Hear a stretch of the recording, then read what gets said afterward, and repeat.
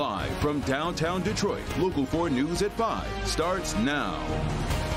Anger and emotion in a Monroe County courtroom. We were supposed to be planning a birthday party for Zane, not a funeral. Family of the victims coming face to face with the woman now charged with plowing her car into a birthday party.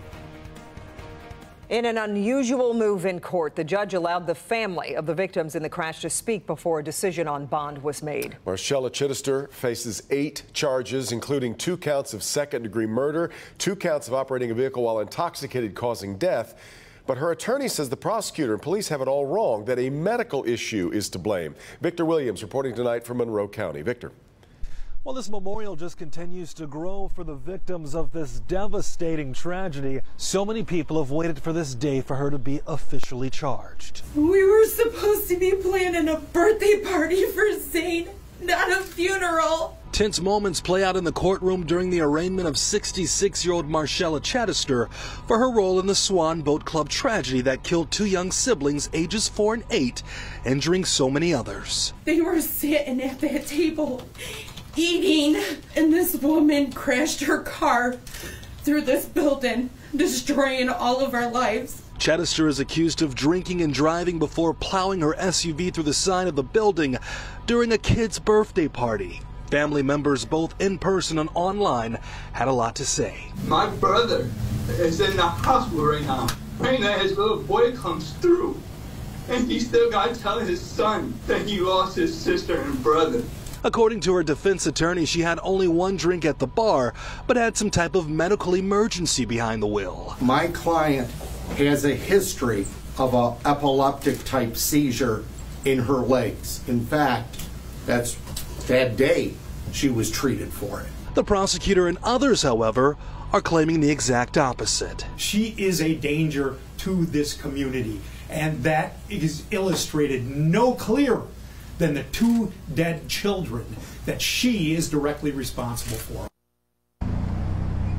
Now, if found guilty, there's a chance that this woman could spend the rest of her life behind bars. She was given a bond in the amount of $1.5 million. Coming up at 6 p.m., we'll have more on what went down in the courtroom. Victor Williams, Local 4. All right, Victor, so we will see you again at 6. Now, developing here at 5, the U.S. Department of Justice has agreed to settle with the survivors of Dr. Larry Nassar. That comes amid a lawsuit claiming the FBI grossly mishandled allegations of sexual assault by the then Olympic doctor. Let's get to Rod Maloney. He's live in the newsroom to help break down the agreement and what it means going forward. Rod. Well, the federal government looking to put this sordid chapter behind it and now will offer long sought after payments to the likes of world famous athletes, including gold medalists Simone Biles, Michaela Maroney, and Allie Raceman. Now, the administrative settlement with 139 victims amounts to roughly $139 million, working out to obviously about $1 million per person. The investigation long ago showed the FBI did not do its job investigating Dr. Larry Nassar, starting in Indianapolis and then reaching up to the FBI Lansing office. An inspector general's report said that the agency knew about the problems and did not investigate with agents at just a short distance away from Nassar's office, which allegedly allowed Nassar to molest 100 girls and women in that time frame in question. Overall, he abused about 500 girls and women athletes. This settlement comes in addition to the 2018 $500 million settlement with Michigan State University that went to a victims' compensation fund. The Auditor General's findings led to FBI Director Christopher Wray to give an unprecedented apology for the agency's inadequate response. In the newsroom, Rod Maloney, Local 4. We appreciate that update, Rod. Thank you. All right, let's turn back to the NFL draft here in Detroit. 2 days, and as you can see, a little less than 3 hours from now, barring a trade, Chicago Bears are on the clock. Tonight, we're getting our look at the massive amount of progress happening inside the draft theater right in the heart of downtown, a couple blocks from where we stand. Out there right now, Sean Lay, and you got a tour of this massive thing. It's pretty impressive, isn't it? It's a lot of fun. We've never seen downtown Detroit like this. The world has never seen Detroit like this. We're at the Fox Theater here. Everything around town is secured and bottled up here. This is where there's going to be a red carpet ceremony prior to the names being called of the players and their family members. What a moment for them. Let me turn around right here. Look over here across Woodward. Those are NFL officials. They are going over every single inch of the pavement here to make sure when people show up, no one can trip, no one can fall. Those are some of the details we're talking about here. Now, way across over, just right over there, is that theater. We watched them build it with one structure and then add to it. Now it's almost done. Check it out. It's spectacular. Feast your eyes on the head-spinning sights, the ear-splitting sounds as the National Football League puts the finishing touches on building this massive outdoor theater just east of Campus Martius. The NFL bringing its 2024 NFL Draft to Detroit and showing off our city to the world in a way Detroit has never been seen before. Come with me as I give you an up-close look at this three-day global event in the heart of Detroit. Detroit just has a strong passion, a strong culture in football, music, food, and art that's really going to come to life. This is the stage where 32 NFL teams will pick the players that could impact their teams for years. Let me get you as close as possible to where all the action is. The players' names selected right there. Who gets the best seat in this house here? Check this out. Detroit Lions, yes, they get the best seat, but who gets to sit here? Well, super fans, not VIPs, selected by the team. We invite the diehard fans from all the 32 clubs to sit front and center, and these folks really bring the energy to the draft. The Fox is ready with the red carpet. The green room is ready for the players. How happy is the NFL with what you're seeing?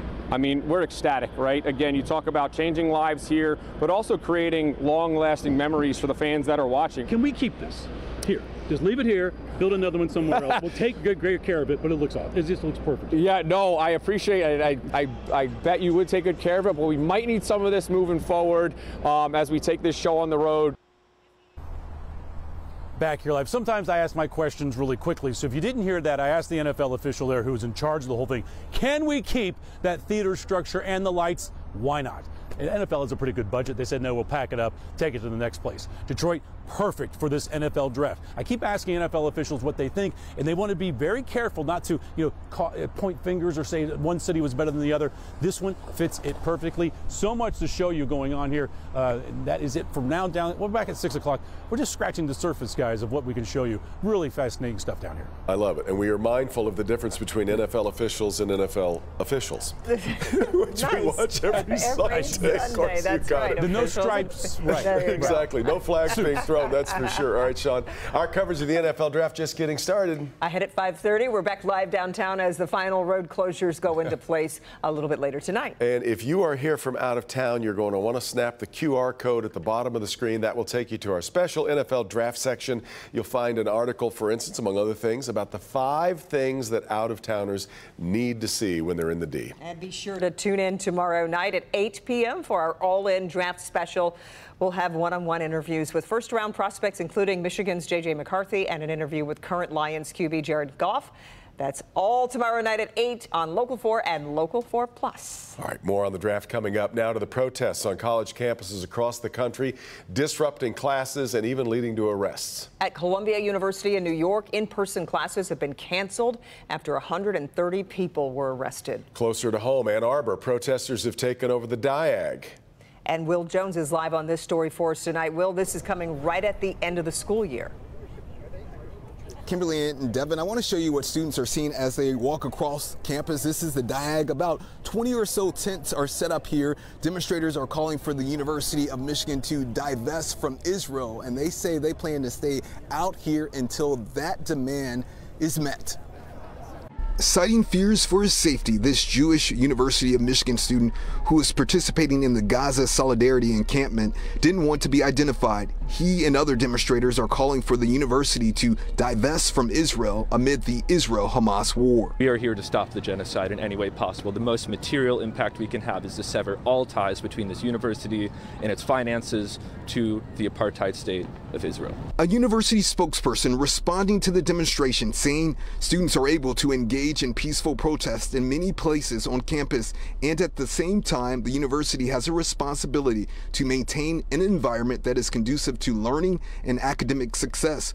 No one has the right to substantially disrupt university activities or to violate laws or university policies. Regarding the calls for divestment, the university has had a policy in place for nearly 20 years that shields the university's investments from political pressures. It was upsetting, definitely scary. Kind of terrifying that this pops up on our campus. Michigan Hillel board members say tensions are running high on campus, and they're concerned about what they're hearing and seeing at demonstrations like this one. It's finals week, students are finishing up their last classes, their last exams, and it's really disruptive to students who are trying to study in any of these surrounding buildings. It's also just, it's hard to focus when something like this is going on your campus. University officials say safety is always a top priority, and they have increased security here on campus, and they say they're prepared to respond against any harassment or threats against any members of the University of Michigan community. We're live at the University of Michigan. Will Jones, Local 4. Okay, Will, thank you.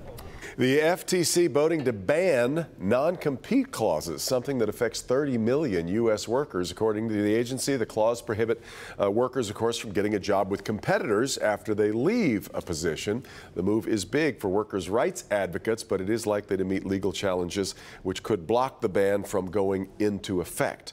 We will see. If you know anybody in the broadcast business, that news did not pass unnoticed today. All right, now to the weather. There is a decent amount of green right now on ExactTrack 4D radar, and the rain arrived this morning, kind of been off and on really ever since. Yeah, let's get over to Kim Adams. The cold going to be the big story after the rain moves out of here, I guess. Yes, you haven't put away your winter hat and gloves yet. Oh, no. You might want to dig them back out again. But then the weekend, we're about 50 degrees warmer, so that makes sense, right? We've got a freeze watch that will go into effect not tonight, but tomorrow night from midnight until 8 a.m. on Thursday, so it will be a cold start to draft day, but by the evening, temperatures are going to warm up, and by the time the first pick rolls around, it will be mostly clear and 50 degrees, but definitely chilly as you head downtown in the morning. Right now, look at Hart Plaza, how beautiful. You can see the camera shaking there, though. It's definitely been a windy day for us with gusts over 30 miles per hour. Right now, it is 51 downtown, upper 50s in Howell, mid-50s in Pontiac, and 51 down in Adrian. Tomorrow, we start the day at around 38 to 40 degrees. So cold, but not as cold as Thursday morning. And we make it up to a high of 51 with gradually clearing skies throughout the day. Look at this temperature trend. I mean, we're going up and up and up. We've got 51 Wednesday, 56 Thursday. Our average high is 62. By Saturday and Sunday, we're not just in the mid 70s, we are all the way into the upper 70s. But we do have to talk about some rain ahead for the weekend and for part of the draft, and we'll do that coming up.